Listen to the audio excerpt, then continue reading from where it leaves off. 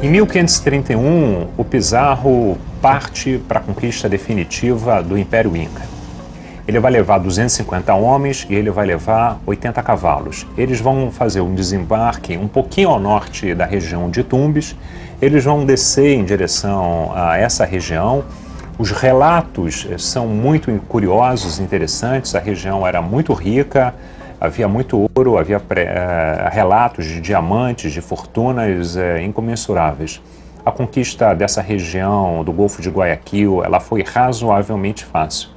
Agora, é interessante que nesse exato momento, quando os espanhóis eles estão chegando, e na verdade eles estão começando a ganhar a guerra em relação à entrada pelo Atlântico, o Império Inca ele vivia um momento muito particular. Primeiro, é bom precisar que o Império Inca ele era bastante extenso, ou seja, ele pegava desde lá do sul do Chile, ele pega uma parte da Argentina, o Peru, a Bolívia, o atual Equador, a Colômbia. Os índios no Uruguai conheciam, sabiam da existência desse império. Os índios na costa sul do Brasil conheciam a força do Império Inca.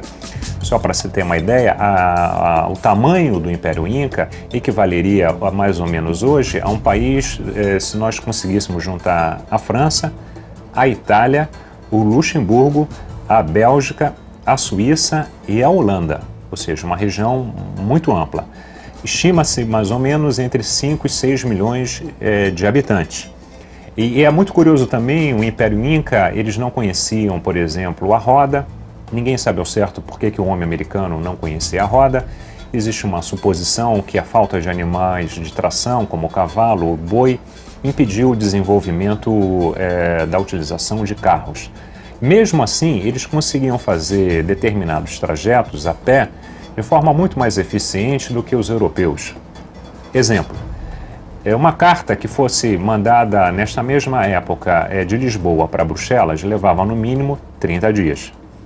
No Império Inca, uma mensagem era mandada no mesmo trajeto em 7 dias. E a organização, o poder dos Incas era organizado como uma monarquia europeia. Havia o imperador Inca e quando ele morria, o seu filho mais velho herdava o trono. E exatamente quando os espanhóis, os conquistadores, eles estavam chegando, o império estava dividido, cindido numa guerra civil. Havia uma questão regional do norte contra o sul e havia uma briga, uma disputa entre os filhos do Inca, do imperador Inca. No norte, quem estava em Cajamarca era o herdeiro legítimo do trono, que era Atahualpa. Mas, na verdade, ele não era o primogênito. O primogênito era um filho bastardo do sul, que era a região mais desenvolvida. Era Cusco, a capital, o umbigo do mundo, a região mais importante de todo o império. E esses dois jovens, eles brigavam entre si para ver quem seria verdadeiramente o novo herdeiro do Império Inca. E é exatamente nesse momento que chega Pizarro. Tudo leva a crer que o Atahualpa, que estava em Cajamarca, ao norte, sabia da chegada desses estrangeiros. Eu lembro que esse primeiro encontro tinha acontecido alguns anos antes, em Chuquisaca, como nós vimos, na atual região da Bolívia. E o Pizarro, ele chega, a primeira coisa, no primeiro encontro que ele tem com o Atahualpa, ele aprisiona o Atahualpa. E os autores especulam que Atahualpa acreditou que seria possível fazer um acordo político-militar com um invasor. Segundo a lenda, Atahualpa teria feito um acordo com os invasores, onde ele prometeu encher o quarto onde ele estava preso. Ele levantou a mão e falou assim: até aqui eu vou encher de ouro, vou encher de prata e de pedras preciosas e você me solta. Então, a primeira incursão que é feita contra a capital, contra Cusco, era promovida pelos próprios Incas, ou seja, era Inca versus Inca.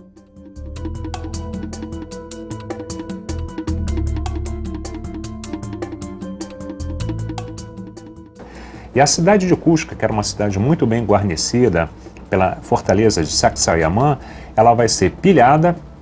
Tudo leva a crer que boa parte desse ouro que vai ser entregue ao Pizarro, da prata e das pedras preciosas foram tiradas do Templo do Sol, na capital do Império, em Cusco.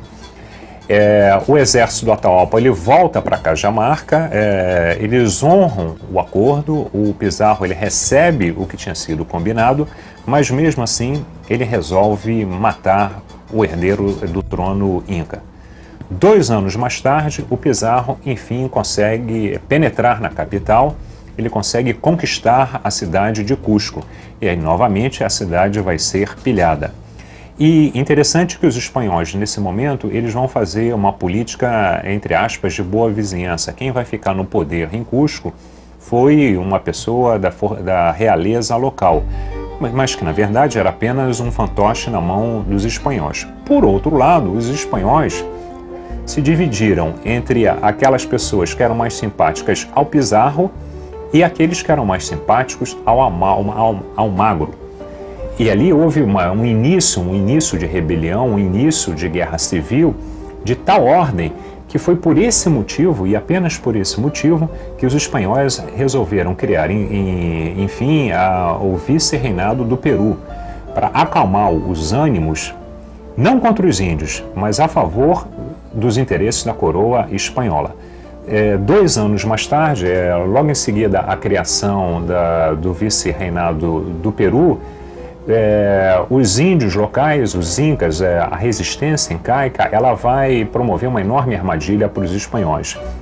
Eles vão passar uma conversa no Almagro e vão dizer que mais rico do que a região de Cusco era uma região mais ao sul, que é o Chile. E o Almagro, um homem, como todos eles, muito vaidoso e muito obstinado, ele parte em direção ao Chile, ou seja, diminui o quantitativo de espanhóis na região, e nesse momento os índios aproveitam, a resistência incaica aproveita e faz um ataque contra os espanhóis. Foram 40 mil homens contra alguns poucos espanhóis, é um dos momentos mais violentos da história do nosso continente. Foi uma guerra que, segundo os relatos, muito violenta. Os espanhóis se defenderam de forma muito brava e conseguiram, enfim, ganhar essa disputa. Mas, de qualquer maneira, nós ainda não chegamos ao cerne da questão, que é a montanha maravilhosa do Potosí.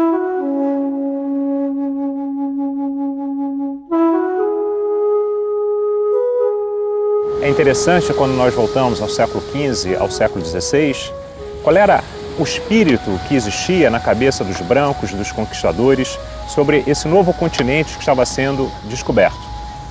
Certamente, tem 2 livros da literatura universal que fortemente influenciaram os descobridores. Um é a Bíblia e o outro é o livro das riquezas do Marco Polo. A Bíblia, ela nos conta no livro de Reis que Salomão navegava com suas frotas em direção ao desconhecido. E Marco Polo, como muitos sabem, contava as famosas e maravilhosas riquezas do Oriente. Portanto, quando Colombo, o primeiro oficialmente branco a chegar no nosso continente, ele teve certeza que tinha chegado nessa terra encantada, nessa terra da promessa de riqueza fácil. E não é à toa que ele vai chamar os nossos antepassados de índios.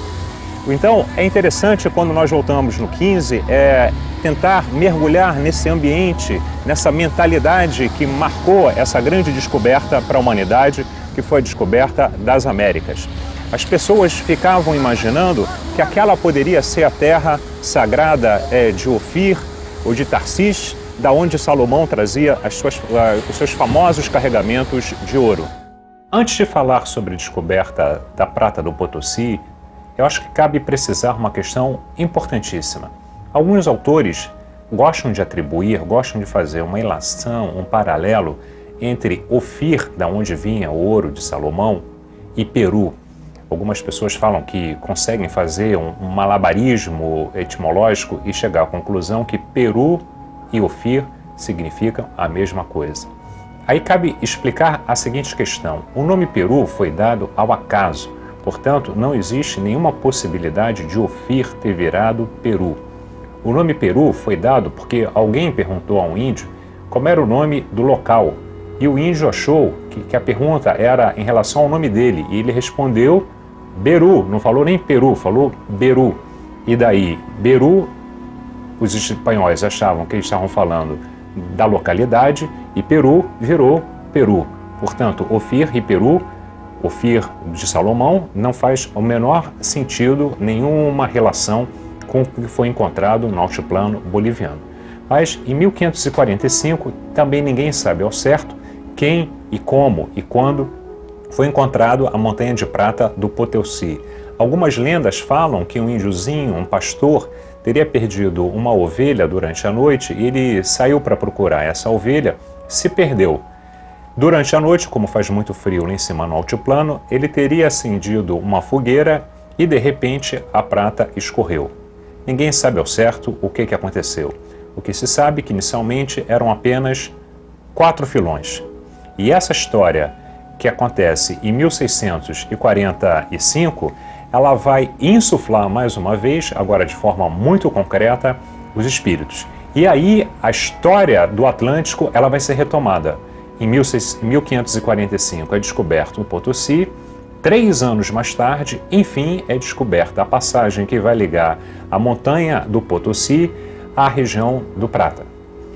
O que a coroa espanhola vai fazer nesse momento? Exatamente para evitar e para facilitar o controle de tudo aquilo que viesse a ser produzido lá em cima, na Bolívia, eles vão retirar o Potosí.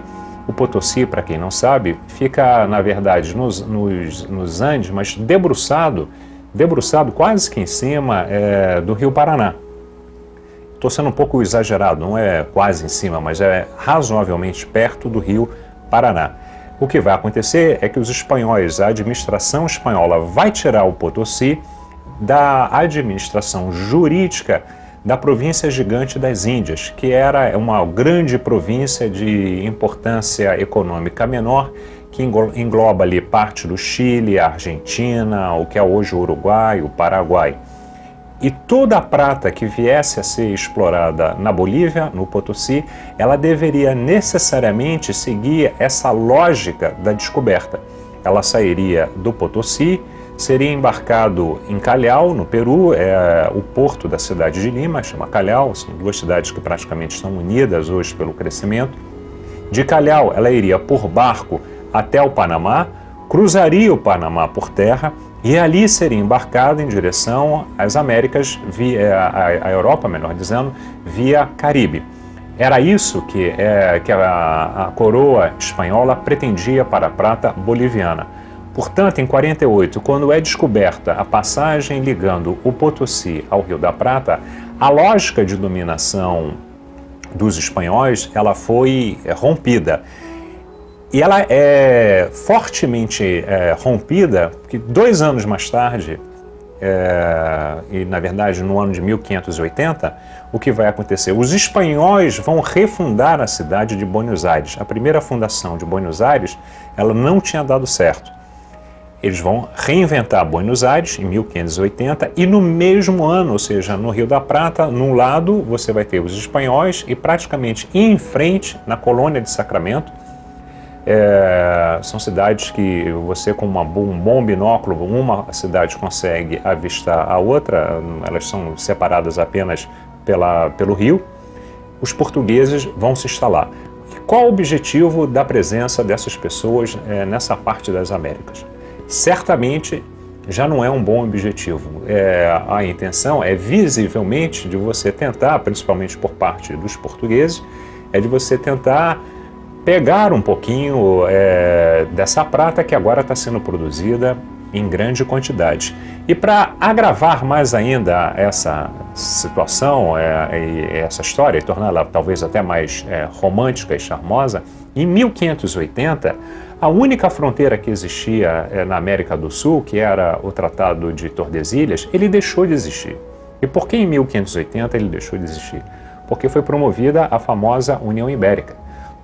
Todas as terras do Novo Mundo passaram a ser do mesmo amo e senhor, ou seja, o rei da Espanha. E, portanto, os portugueses se sentiram à vontade para ir e se apoderar, se instalar onde eles se instalaram, que é a colônia de Sacramento. O tempo vai passando e